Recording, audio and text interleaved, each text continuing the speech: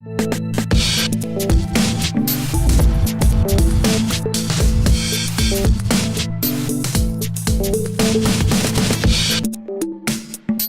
Trapani.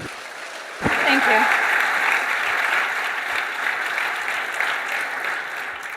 Somebody yesterday gave me some good advice. They said that I should open with a joke. And I'm opening with 9/11. So this is going to be good, you guys. So I'm here today to tell you 3 stories from my life. Nothing fancy, no big deal, just 3 stories. And the first story, there they are, is about hindsight. So in 2001, I was living in New York City, and I was working at my first .com job at a site that is no longer around.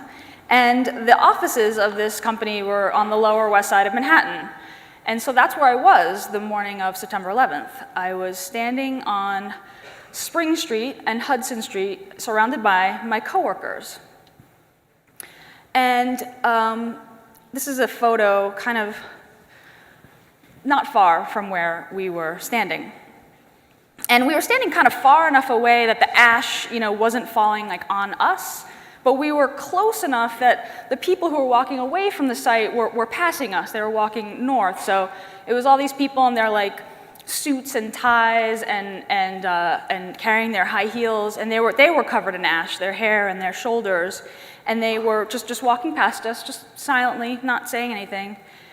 And a former coworker of mine had just gotten a job at a company in the World Trade Center, and he shows up at the corner, and his hands are shaking because his alarm hadn't gone off that morning, and it saved his life. Later that day, I found out that my brother's childhood best friend died in Tower 2. So as someone in my mid-20s who had lived like a really good life, I had never experienced anything like that. Watching all those people die because they had gone to work that day.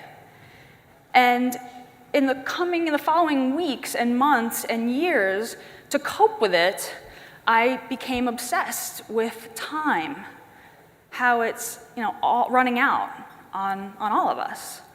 And not just that we're all going to die someday, because we will.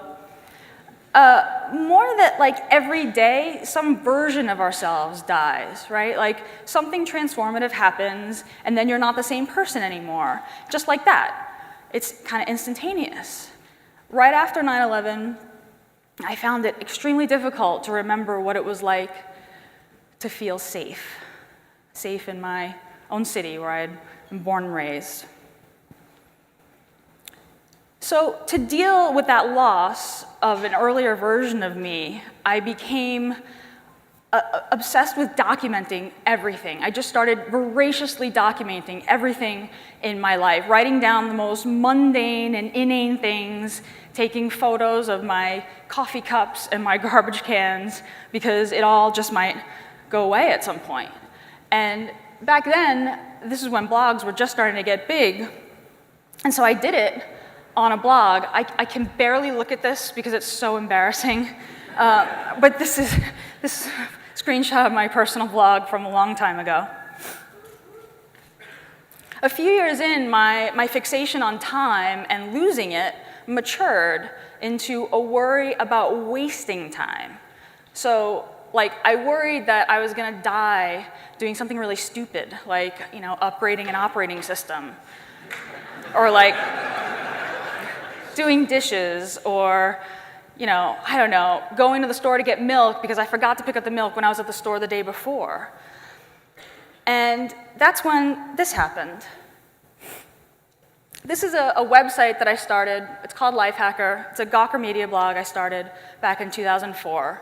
And it's about life hacks, clever tricks to save you time. So Lifehacker is about kind of systematizing and shortcutting everything to help you run your life the most efficiently and productively that you possibly can. About everything from how you put butter your toast in the morning. You should use a cheese slicer, and you get this like really thin pat, and it melts evenly and kind of really fast.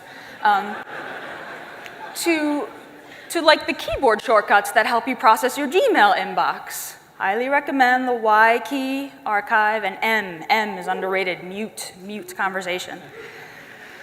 So Lifehacker was about living your most productive and most efficient life. And this is the part that wasn't in the tagline on the website.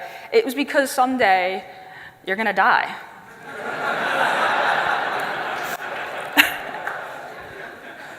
The site got really popular really fast, like beyond my wildest expectations. Million-page view days weren't uncommon, and back in 2006, 2007, 2008, that was crazy.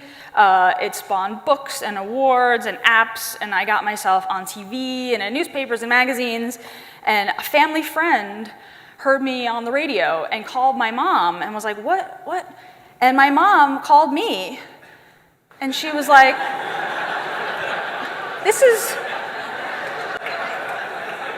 This is because of your website? I love my mom. Unlike our sibling sites, Lifehacker's tone was a lot like XOXO. It was anti-snark, it was optimistic, it was friendly, it was helpful. And the work that my team and I did there was some of the best of my life. And looking back, it came about because I was scared out of my mind that I was running out of time. It's such a cliche, really, right? We hear this all the time. You have the hit pop songs that come about because of that awful breakup, the blockbuster film based on a tragedy.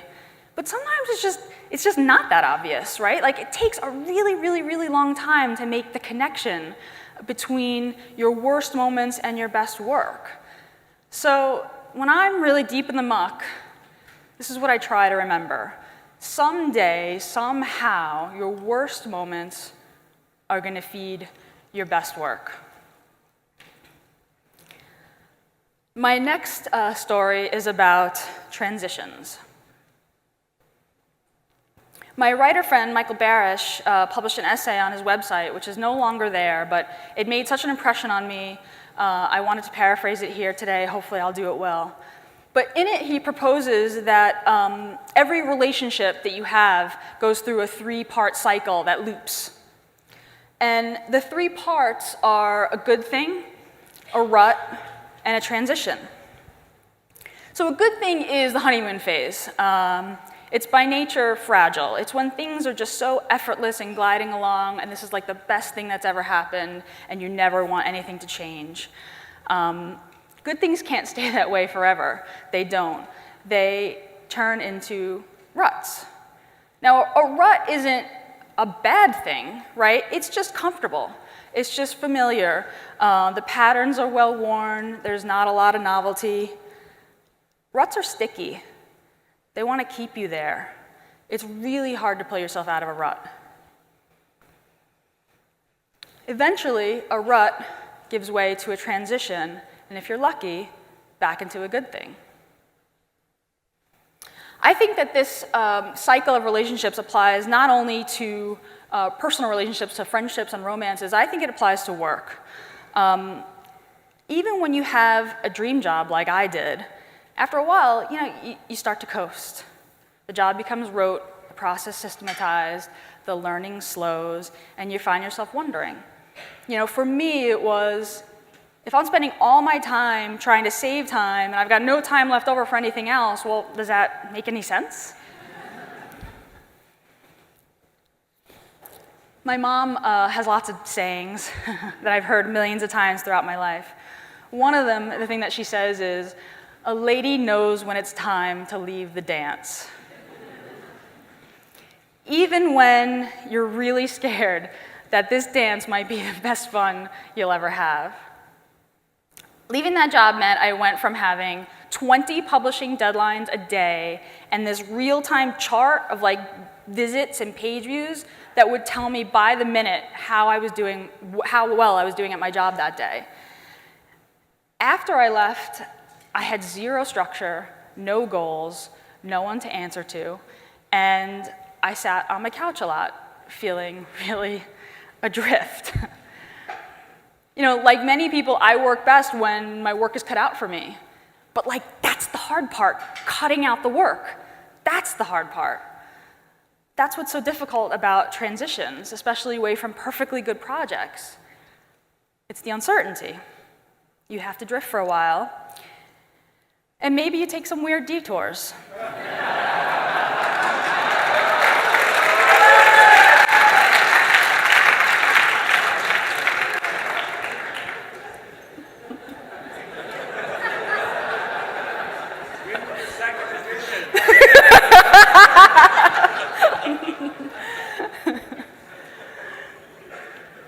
Transitions are hard.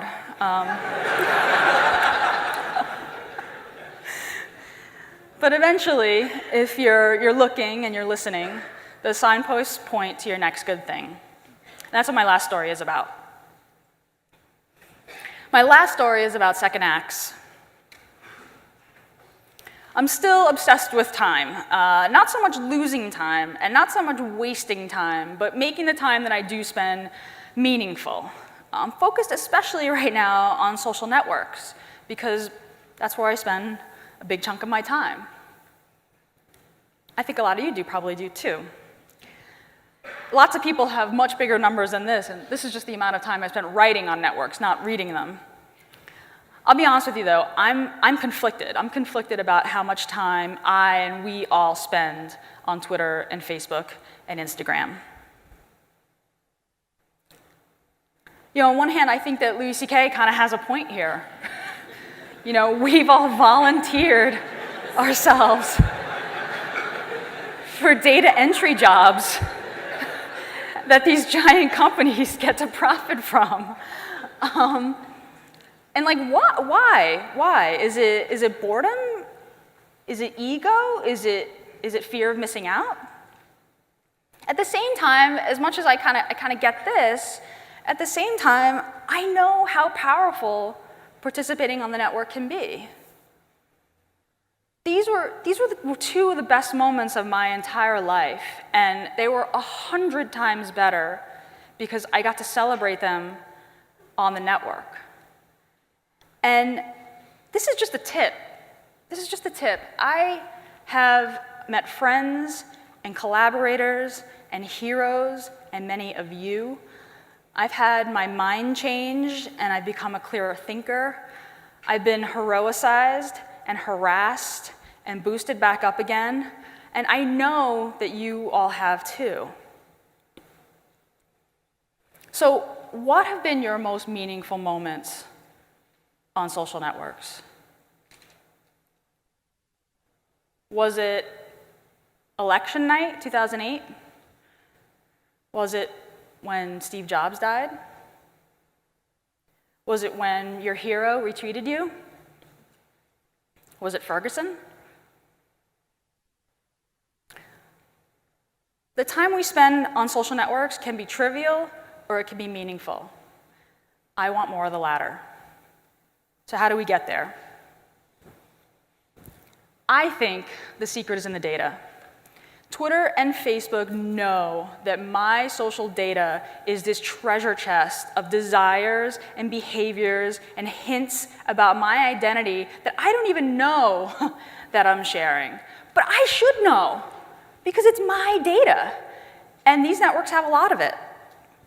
That's why I started hacking on an app that mined my own Twitter data to get answers to some of these questions about how I was spending my time on these networks.